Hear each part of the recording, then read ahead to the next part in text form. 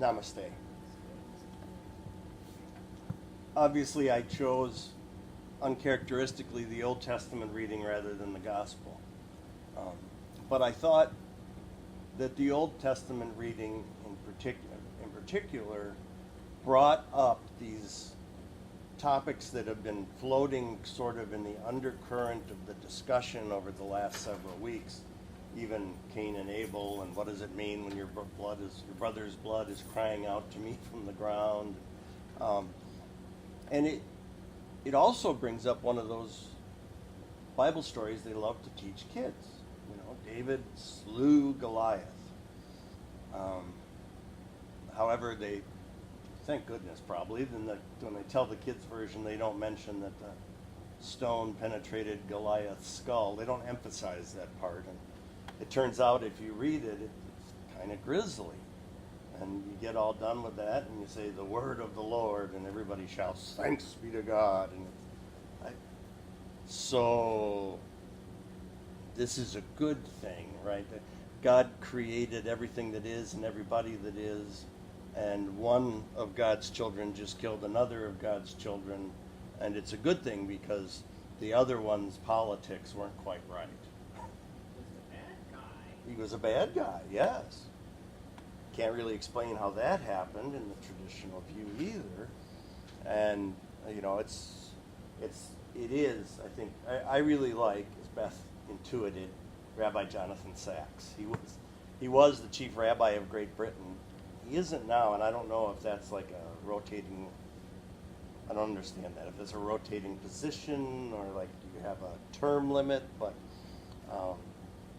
he, as chief rabbi, was involved in a lot of interfaith discussions. And one in particular with, I believe, the Dalai Lama or else Matthew Ricard and Catherine Jefferts Shorey, the former presiding bishop of the Episcopal Church. I can't remember his first name. Sayyid Nasser, his first name escapes me, but he's the leading scholar of Islam in the United States, teaches in Washington, D.C. at I forget which university, and Jonathan Sacks has an ability to see the other Abrahamic traditions very well and very clearly and very impartially. And he once explained his own tradition by saying that the history of Judaism can be expressed in one sentence. They tried to kill us, they failed, let's eat. And so he's got not just a keen mind, but a sense of humor. And he points out something that, or I'm going to extrapolate something from what he says, that I'm sure has occurred to him, but he doesn't say it explicitly. The reason that the Bible and other religious scriptures can be said to be living documents is that they continue to speak to us at different levels of growth. So in other words, the earliest Hebrews who were busy killing Canaanites and driving them out of the promised land saw that as God's will. I don't happen to think they were right, but it worked for them. And they wrote the story and recorded it. And you get into trouble today when people try and use things like that as justification for political acts and military acts today without taking into consideration that there's a whole different set of circumstances today. I mean, we aren't largely a tribal culture. It's not a matter. Yeah, well, that's why I said largely. It's not. One of the things that I read recently, and I forget where, but I read a book that pointed out that if you're basically a farming culture,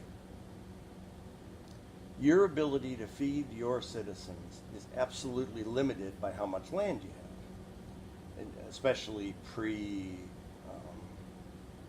when you couldn't farm mechanized and you didn't have pesticides. I mean, it's how much the person could drop in the ground and how much they could harvest back out, and that was limited by how many acres you had.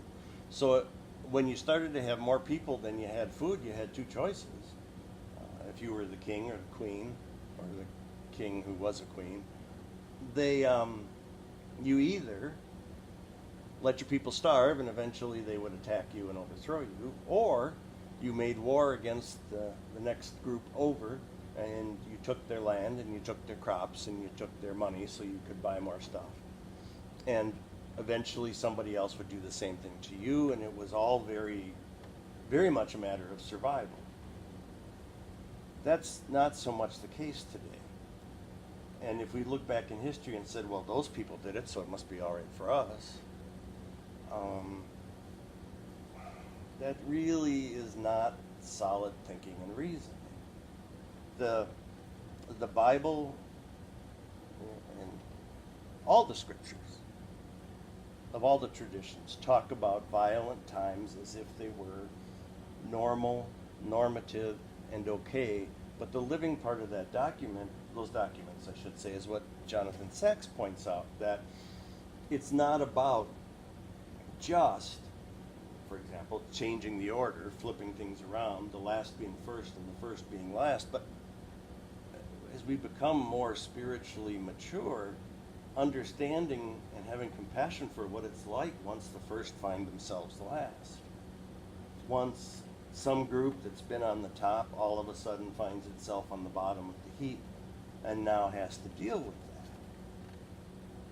that. And I think that's what's really meant by this idea that the Spirit, the living Spirit of God, dwells within these scriptures, because they do continue to speak to us if we take the time to listen and look at it. Some of the things, I mean, for example, Joseph and his Technicolor Dreamcoat. You know, Joseph was kind of a screaming ass to his brothers. I mean, he lacked the ability to see forward enough to know that if you go to your brothers and say, you know what, you're all going to bow down and be subject to me, and isn't that great? It was a typical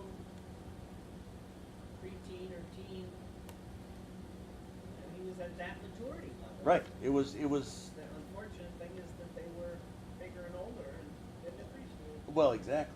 And there's a certain amount of common sense involved that might make you just say, well, maybe I believe this, but I shouldn't say it. But we have to, when we hear that, I think most of us can also relate to those brothers saying, who's this little pipsqueak?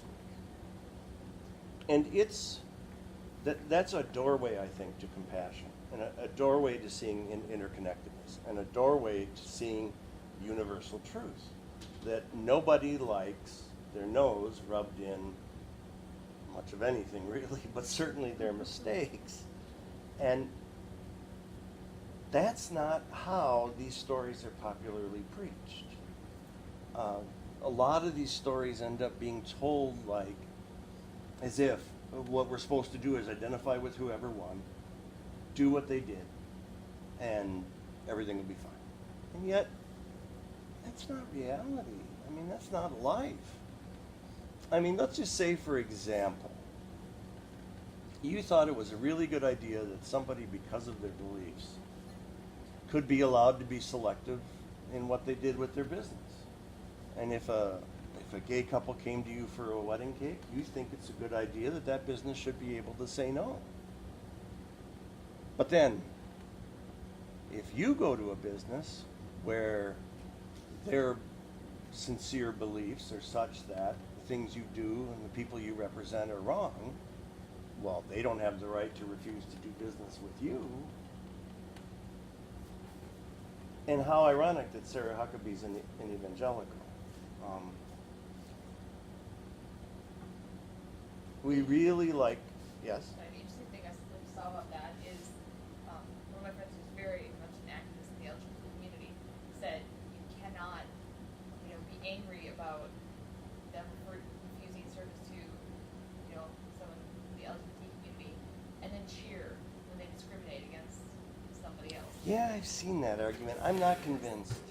I'm not entirely convinced either, but it's interesting to kind of think about how there's that double standard there, where you look at her and think, yeah, you've got it coming.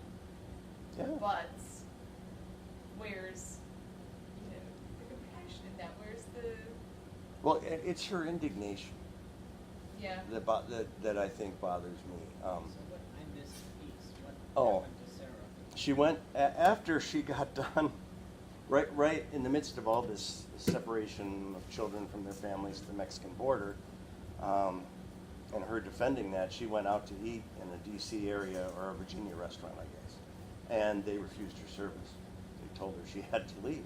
Well, how dare they? Just because of my politics. But that's, I mean, I saw that argument, as that you pointed out on Facebook today. In fact, one of our clergy had it up. And it went in this instance by what she was saying was, people are accusing liberals of being hypocrites because they didn't think that the bakery should have discriminated against LGBT people, but they're okay with the restaurant discriminating against Sarah Huckabee or Sarah Sanders. Feckless.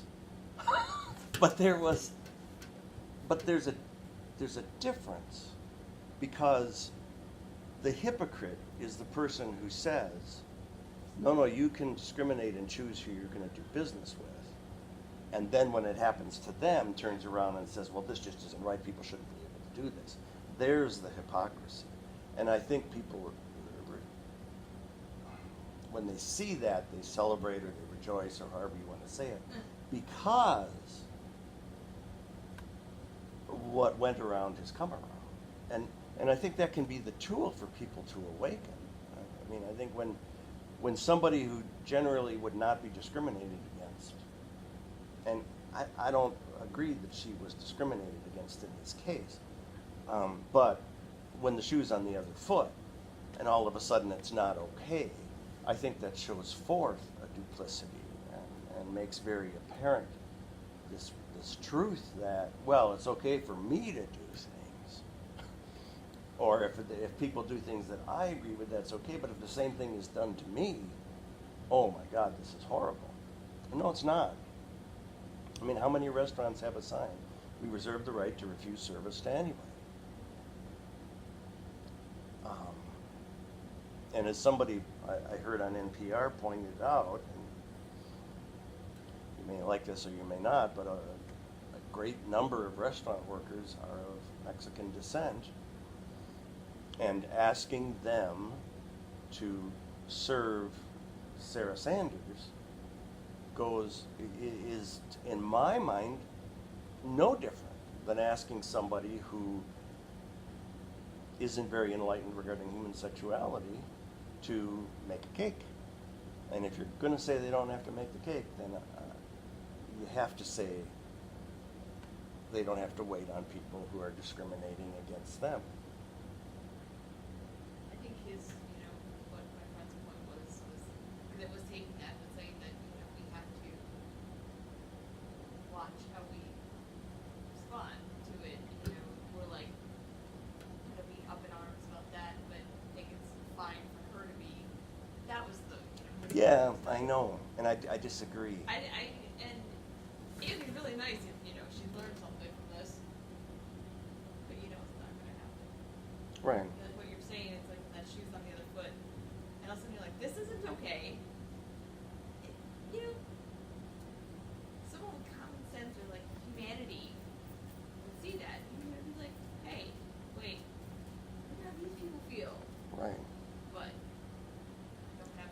Well, empathy and compassion are higher level functions, but I see what I would say is if people don't point that out and don't lift it up and just say and turn around in a situation like that and say, oh, that was just terrible, people aren't going to connect the dots. And I also heard somebody say that sexual orientation is a very different issue than eating at a restaurant. Yeah, eating in a restaurant is a choice. True. So is, however, separating children from their parents. Yeah. So I think it's the nature of every oppressed group to sometimes believe that their oppression is unique, sometimes even exclusive, and so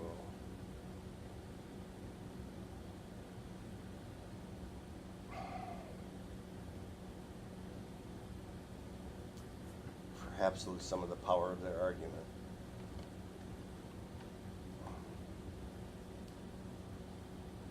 You know, nobody's standing up and saying, well, it's not like you're a black person being made to sit on the back of the bus.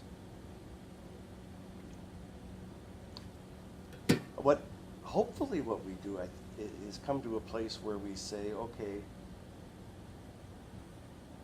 the stories of our tradition are living and growing and evolving, and so are we. And so we need to be judicious in how we apply them today. And recognize that part of being a person, the Buddhists, Tibetan Buddhists in particular, the Dalai Lama would say that part of compassion is stopping people from doing things that will in fact accumulate for them negative karma. That we do have a certain responsibility for saying that's not okay.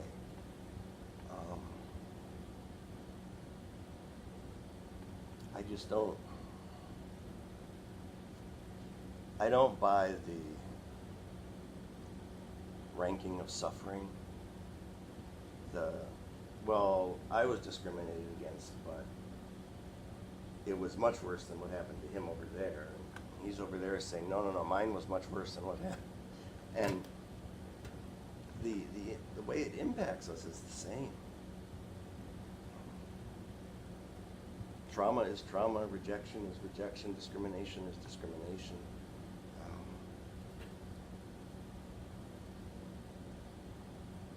I think when we start ranking it,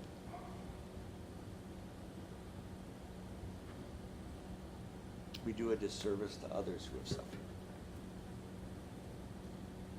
You see that in the abuse community a lot, the abuse recovery community. It's like, well, your trauma was worse than mine. Well, but the point is, trauma is trauma. And I would say it's true of emotional trauma too. I mean, what hurts, hurts. And we tend to respond the same way as human, because we're all human beings. You heard, I don't know if you saw that,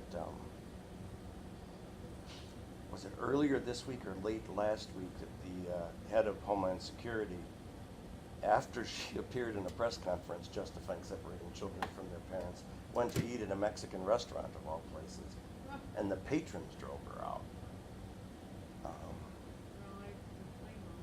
No. But how, now in that case, I'm sorry. How insensitive and stupid do you have to be? She's the bim. The. I think I saw something about that in the news. Yeah, it was, and she had been justifying doing that. Yeah, the separation is being perfectly fine and okay and part of policy. And this is what we do. And Is that right? Was that before the UN sanctioned us? it's hard for me to, it was right around the same time. But then to get, It was after she had summarily tweeted, "We don't have such a policy." right. I mean, you know, maybe she could have gone to an Asian restaurant that night. Yeah, it might have been. She had like, what world does she live in? Is she oblivious to everything? Well, and that's an interesting ethical question too, because if you claim to be a person of faith, particularly if you claim to be a person of faith in the Abrahamic traditions, and you know that one of the 10 Commandments is not to bear false witness, how do you do that? And then how do you go on there and just say the company line because that's how you're going to keep your job when it's going to go on TV and literally millions, if not billions, of people across the world are going to see it. And then you show up in church on Sunday going, oh, look, I'm here. Praise the Lord.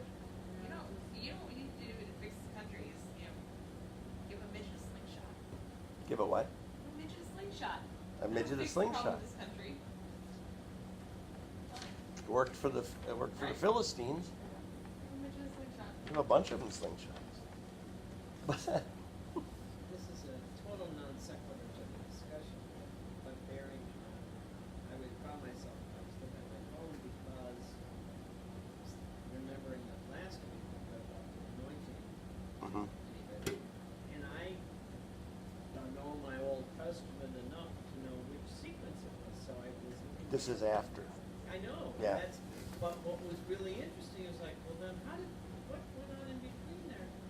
And it's just, when we follow a lectionary cycle sometimes, we miss the literature. It's so astonishing to me that when David is anointed by Samuel with the Spirit of the Lord gets sucked out of Saul and rests upon David now, and an evil spirit comes upon Saul, and his advisors say, you know what, when this evil spirit comes upon you, we should bring a beautiful musician to soothe you by playing on the harp. I know just the guy. There's this beautiful musician who happens to be a shepherd. Right. And who looks like he's been cooked medium well in a Weber Yeah, grill. yeah. which we see again reference. Yeah. to- Yeah. What is with why is that necessary? Reddish brown. What is with the fixation with what they look like in this particular version of Bible? Well, I think every version does. Let me look in. I'm just trying to remember, like in like our when we did David and Goliath. I don't remember that part in our reading. Let me look. And see it. Then again, we have a weird like the spark. I might have used a different translation last week. So. But I know it did mention reddish. Oh yeah. brown, Oh yeah. Yeah. Um, First Samuel 17. and then And I did edit this down a little bit because there's a lot of business about Saul and David going back and forth about what they should wear and but I'm young. And it's like, oh, Jesus. but Seven. it was just a reminder. What irony that Oh, Samuel doesn't want to anoint him because Saul would be pissed at him, but he anoints David, and then Saul basically writes David in. right. Into his. What they're translating reddish brown is ruddy. Okay. Probably because not too many people are sure what ruddy is. Where did you see that? Read what reading? In the first reading, second paragraph, last sentence. Reddish brown and good looking, which in the NRSV is ruddy Oh, and handsome. reddish brown and good looking. Yeah. It was tan. He's medium well. You know how like when you cook beef in a Weber Yeah. grill, it kind of gets Oh, that reddish. was reddish brown to me. I love my steak reddish brown. He's a shepherd boy. He spends all damn the sun. Maybe that's what they're trying to say is that he was tan. I'm just curious now. Nobody really cares but me. What's the, 19. He's been looking. Yeah, and then Correct him. He's like the one last week where it's like the Lord just looked at this up and then talks about how he's good looking. And Yeah. It's like what? Lord doesn't look at people the way we do. He doesn't care about appearances. No. By the way, he was reddish brown and good looking. Right. Alright, what is he here?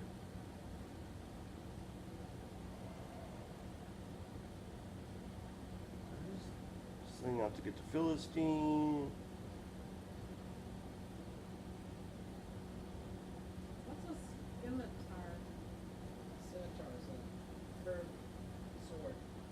kind of like a sickle, but bigger. And the blade is the opposite. I would say Sword like a blade. scythe.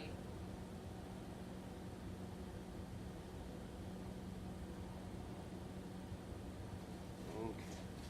Hold on a second now. I also found it ironic that Rabbi Jonathan Sachs is talking about.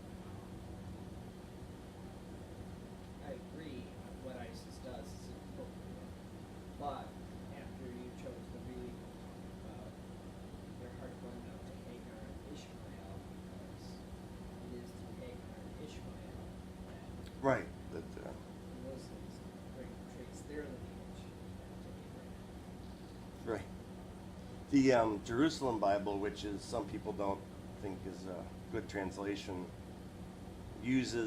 describes David as a boy of fresh complexion and pleasant bearing. Not that I. That's a pleasant countenance. Yeah. I like your picture on the front. Yeah, thank you. I was, Perfect for the reading. well, and of course David's short, so I had to find a midget with a sling. I went Yeah. dwarf.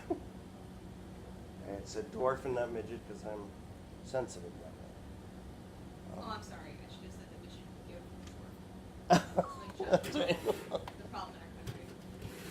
Well, and it's Although, what happens if the one he's going up against is actually a dwarf as well? well, then it's harder to hit. I think the reason he could pick off Goliath is because he was so big that his shield bearer couldn't get up to the forehead. But what does it say too? David told the Philistine, "Today the Lord will hand you over to me. I will strike you down and cut off your head. Today I will feed your dead body and the dead bodies of the entire Philistine camp to the wild birds and the wild animals. Yeah, I was totally left on the story too. Then the whole world will know there is a God on Israel's side." Which implies that God endorses that kind of stuff. And I think as we're down the road some years now looking at that, we have to look at it and say that's what they believed was going on. But really slaughtering people is not a divine act.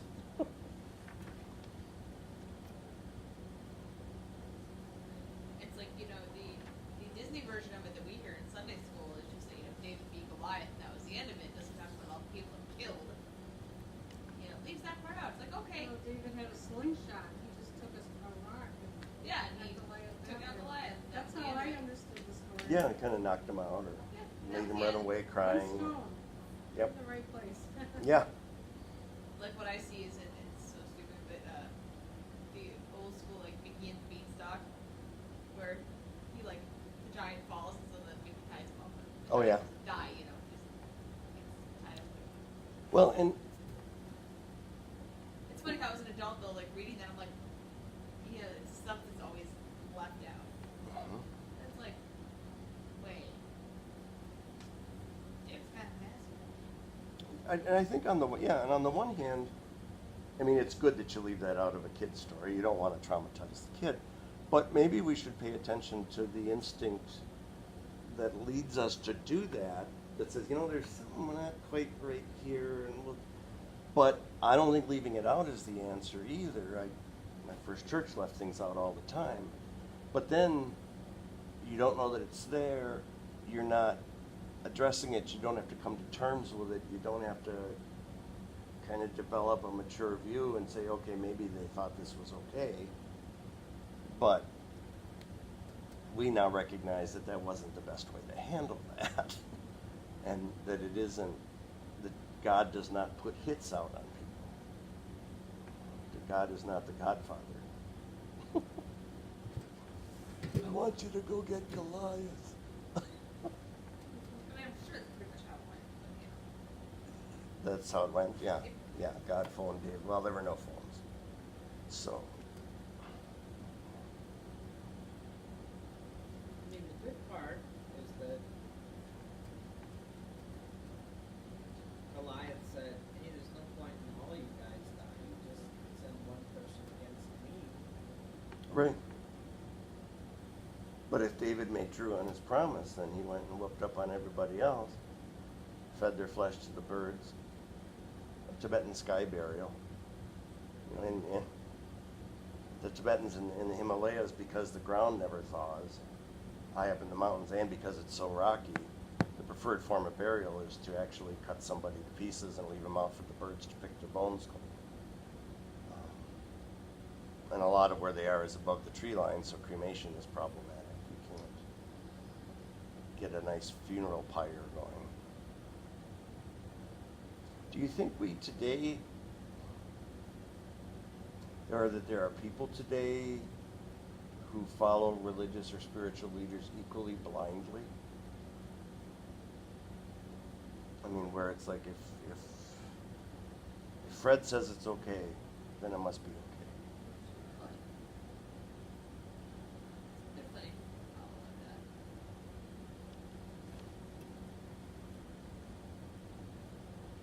Yeah. I know it's crazy how when you think of throughout history things where you look at like the Holocaust, for example, and you can't imagine how that could happen. It's like, really? You don't see people blindly following? You don't see? You can't imagine how that could happen? Like, around. It's, you've got, on a smaller scale, like, the cults. You got, like, Dave Fresh, that, like, oh my god, I totally blanked. That one guy had, Don't know the Kool-Aid. Oh, Jones, Jim Jones. Yeah. yeah. Jonestown or something? Yeah. Yeah. Stuff like that. They blindly follow. So it's, people think that it doesn't happen. It just, Well, and what happens when you work for Border Patrol and they say separate kids from their parents? You say, oh, okay.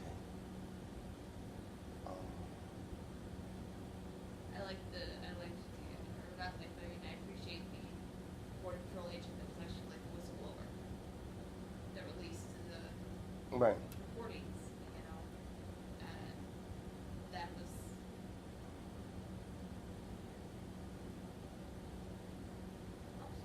Yeah, you don't know how the Holocaust could happen, but you're real quick to set up a bunch of detention centers and camps. Yeah, concentration camps. Which one of them said it was like a summer camp? Oh yeah. It's like Barbara Bush going to the Superdome packed with people after Katrina and saying this is the best some of those people have ever had it. Oh, sweet what did Jesus. she say? After Katrina, when they moved a lot of people into the Superdome, Yeah. or not, yeah, the super in Houston, and she went to look at the facility, and she said, basically, those people have never had it so good. Whoa. And- Wow. Yeah, it was a little. Yeah, there was some very poor taste. Yeah, not the Quaker Oat man's Wow. best moment. Should we pray?